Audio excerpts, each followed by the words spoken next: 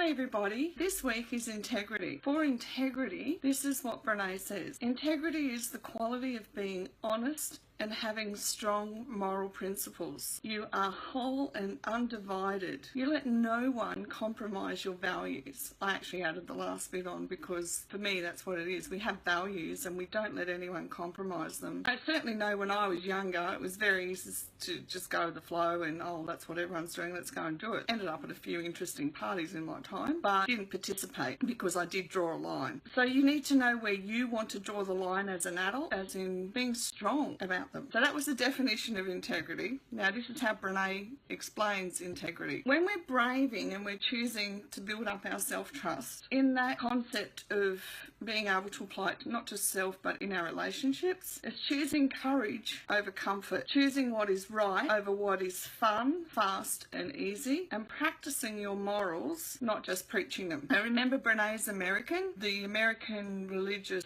factions over there are very different to Australian. In Australia we're very much, she'll be right mate, leave each to his own when it comes to religion. In America, because your country is so much older than ours, it's very steeped in tradition. So from Brene's perspective, it comes down to not just preaching about them. In Australia we don't tend to preach about, we don't really have a considerable, we don't have a lot of people running around the country preaching. We don't have, as far as I'm aware, we still don't have channels that run 24/7 with church services and things like that. Because our culture is also outdoorsy more than indoors, we wouldn't sit and watch hours and hours of Joyce Meyer ministries or something like that. Yeah, I think that about sums it up. It's just very different here. I have an American pastor that I'm friends with, and he'll tell you that over here we're more progressive and America is more traditional. So we don't preach. For us, it means, you know, like me, everyone in here knows I go to church, but you don't come in and preach at people about your morals. Why do we want to do this? Why do we want to stand our ground with our morals? Well, I know for me personally, and being single at my age, it keeps me safe. And look, sorry to be so blunt, everybody wants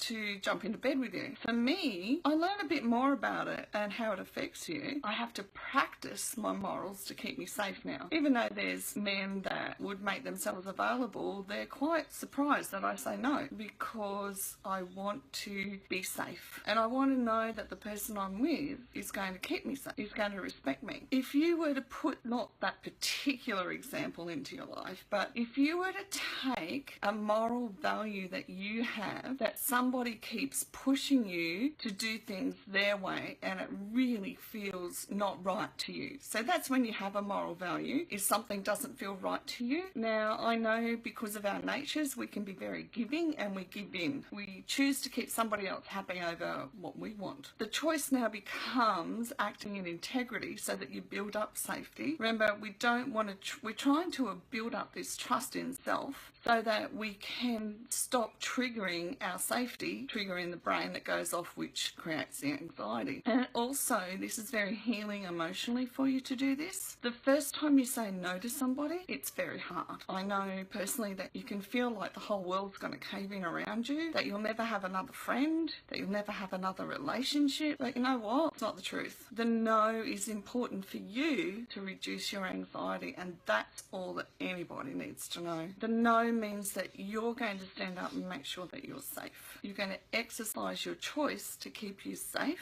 from whatever it is. It can even be people in your life, you know. I knew somebody who was very close in my life, but they kept comparing their life to mine, and nobody ever knows the full extent of your burden or your challenges or the differences in them. And this person was full of drama, and as much as I loved them, I had to say no, I can't be friends anymore. And that was because my values were that I valued me more than having a friend whose conversation quite often stressed me out. Being stressed out, that then triggers the anxiety, which triggers health problems, etc., etc. And it's not about being strong, it's about being sane, about keeping yourself yourself sane. And until we say no to all these people, we don't start attracting good people, good healthy people. Choosing your way of life helps you attract people who are also choosing to not have drama in their life. That's it in a nutshell for integrity. Think about the choices that you want to make. Think about the situations that you've been in previously where you've given in to people, and look, even given in to kids. Sometimes, in the most polite manner possible, kids just need to know, no, I'm not stopping what I'm doing just because you need my attention right now. In saying no to them, I teach them that they're allowed to say no to me. They're allowed to say, well, no, I've got to go and do this first, Mum. And that's a good thing, because then you grow up into adult relationships with your children. You don't have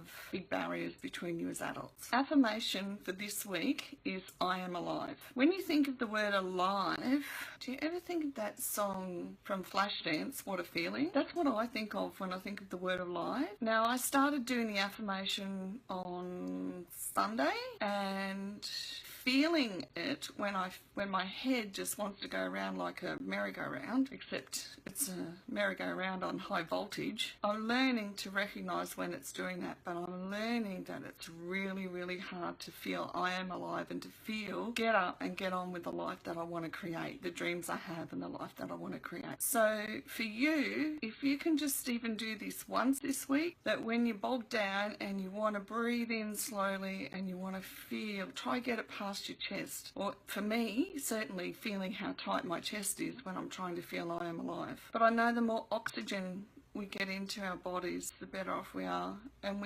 another thing that we will learn along the way is that we have to balance giving and receiving. Have a really good week.